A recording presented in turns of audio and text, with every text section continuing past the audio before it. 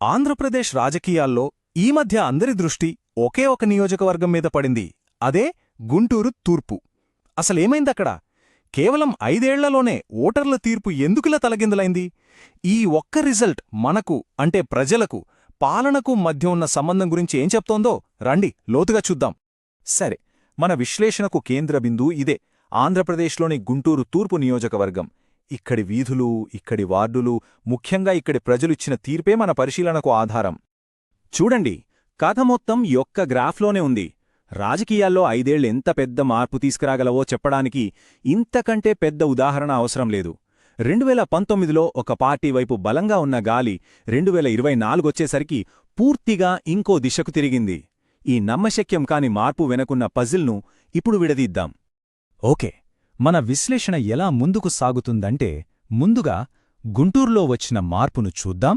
ఆ తర్వాత ఆ మార్పు వెనకున్న సంఖ్యలను, ఆ సంఖ్యల వెనకున్న జనాల మాటలను విందాం. వ్యవస్థలో ఉన్న లోపాలను గుర్తించి, చివరిగా కోల్పోయిన నమ్మకాన్ని తిరిగి ఎలా పొందాలనేదానికి ఒక బ్లూప్రింట్ చూద్దాం. రైట్, ఇక అసలు విషయంలోకి వెళ్దాం. ఈ సంఖ్యలు ఏం చెబుతున్నాయి? 2024 తీర్పు వెనకున్న అసలు కథను ఇప్పుడు విడమరిచి చూద్దాం.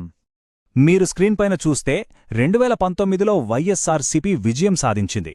కాని సరిగ్గా 5 ఏళ్ల తర్వాత 2024లో టీడీపీ ఒక నిర్ణయాత్మకమైన గెలుపును సొంతం చేసుకుంది. ఈ మార్పు ఎంత భారీగా ఉందో చూడండి. అయితే ఈ సంఖ్యలు కేవలం కథకు ఆరంభం మాత్రమే. ఇది చూడండి, -8194. ఇది చాలా కీలకమైన సంఖ్య. అధికారంలో ఉన్న పార్టీకి దాదాపు 8200 ఓట్లు తగ్గాయంటే అది మామూలు విషయం కాదు. ఇది ప్రజల్లో మొదలైన అసంతృప్తికి మొదటి బలమైన సంకేతం. అదే సమయంలో ఇటు చూడండి, +45,859. అధికార పార్టీ ఓట్లు కోల్పోతుంటే ప్రతిపక్షానికి ఏకంగా 45,000కు పైగా ఓట్లు అదనంగా వచ్చాయి. ఇది కేవలం ఓట్ల మార్పిడి కాదు, ఇది ఒక రకమైన రాజకీయ సునామీ. మరి ఫైనల్ రిజల్ట్ ఏంటి? 17.8%, అంటే దాదాపు 18% మెజారిటీతో గెలుపు. ఈ ఒక్క నంబర్తో మొత్తం నియోజకవర్గం ఎటువైపు నిలబడిందో స్పష్టమైపోయింది. ఇది కేవలం గెలుపోటముల లెక్క కాదు, ప్రజలు ఇచ్చిన చాలా స్పష్టమైన, చాలా శక్తివంతమైన తీర్పు. ఓకే, నంబర్స్ చూశాం కదా, కాని సంఖ్యలు ఎప్పుడూ సగం కథే చెబుతాయి. అసలు కథ ఎక్కడంటుందంటే ప్రజల మధ్య, వాళ్ల రోజువారీ జీవితాల్లో ఉంటుంది. మరి ఈ భారీ మార్పుకు అసలు కారణమేంటి? జనాల మాటల్లోనే విందాం రండి. ఈ ఒక్క వాక్యం చాలు అక్కడి ఓటర్ల ఆవేదన అర్థం చేసుకోవడానికి. మా నీళ్లు బాగాలేవు, మా రోడ్లు పాడైపోయాయి, ఇళ్ల పట్టాల కోసం ఇంకా ఎదురు చూస్తూనే ఉన్నాం.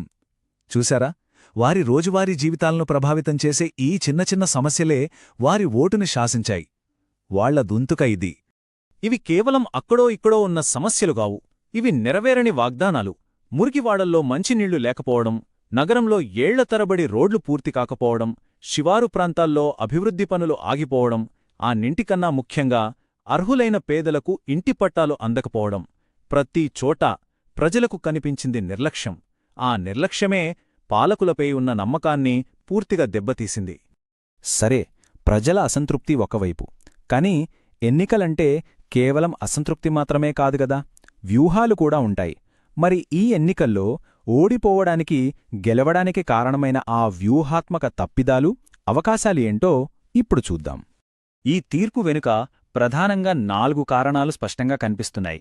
మొదటిది, పెద్ద పెద్ద పథకాలపై పెట్టిన శ్రద్ధ స్థానిక సమస్యలపై పెట్టకపోవడం. రెండవది, ప్రతిపక్షం చాలా తెలివిగా ప్రజల రోజువారీ సమస్యలనే తమ ప్రచారానికి ఆయుధంగా మార్చుకోవడం. మూడవది, మమ్మల్ని ఎవరూ పట్టించుకోవట్లేదు అనే ఒక బలమైన ఫీలింగ్ జనంలోకి వెళ్ళిపోవడం. ఇక నాలుగవది, ఇంకో అభ్యర్థి రంగంలోకి దిగి ఓట్లను చీల్చడం. ఈ 4 కారణాలు కలిసే ఈ ఫలితానికి దారితీశాయి. ఓకే, ఇప్పటిదాకా సమస్యలు, కారణాలు అన్నీ చూశాం. కాని కేవలం విశ్లేషణ చేస్తే సరిపోదు కదా, పరిష్కారం కూడా కావాలి. మరి కోల్పోయిన నమ్మకాన్ని తిరిగి సంపాదించాలంటే ఏం చెయ్యాలి? దానికోసం ఒక డేటా ఆధారిత బ్లూప్రింట్ ఎలా ఉంటుందో ఇప్పుడు చూద్దాం. ప్రజలేమడిగారు? పెద్ద పెద్ద ప్రాజెక్టులు కాదు, మంచినీళ్లు, మంచి రోడ్లు, ఇంటి పట్టాలు. సో పరిష్కారం కూడా ఇక్కడ్నించే మొదలవ్వాలి. ఈ 3 అంశాలపై తక్షణం దృష్టి పెట్టాలి. పట్టాసేవ సభ లాంటి కార్యక్రమాల ద్వారా నేరుగా జనంలోకి వెళ్లి వాళ్ల సమస్యలు తీరిస్తేనే పోయిన నమ్మకం తిరిగి వస్తుంది.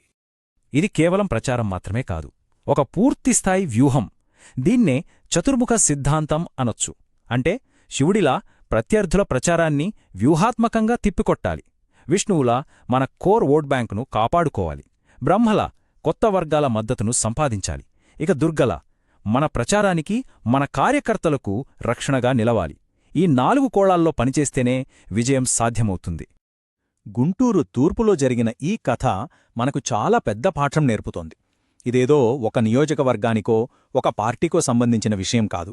ఇది ప్రజాస్వామ్యంలో పాలన ఎలా ఉండాలి అనేదానికి ఒక ప్రాథమిక సూత్రం లాంటిది. ఇంతకీ మనం నేర్చుకోవాల్సిన పాఠమేంటి?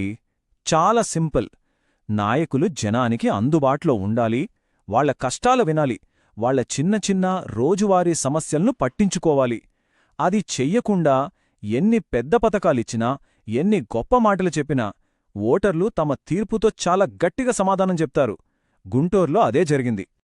చివరిగా మిమ్మల్ని ఒక ప్రశ్నతో వదిలేస్తున్నాను. పట్టణాల్లో రాష్ట్ర, జాతీయ స్థాయి రాజకీయాల కన్నా తమ వీధి సమస్యలకు, తమ వార్డు సమస్యలకు ఓటర్లు ఎక్కువ ప్రాధాన్యత ఇస్తున్నారా? బహుశా స్థానిక సమస్యలను పట్టించుకోని రాజకీయాలకు కాలం చెల్లిందేమో? ఆలోచించండి.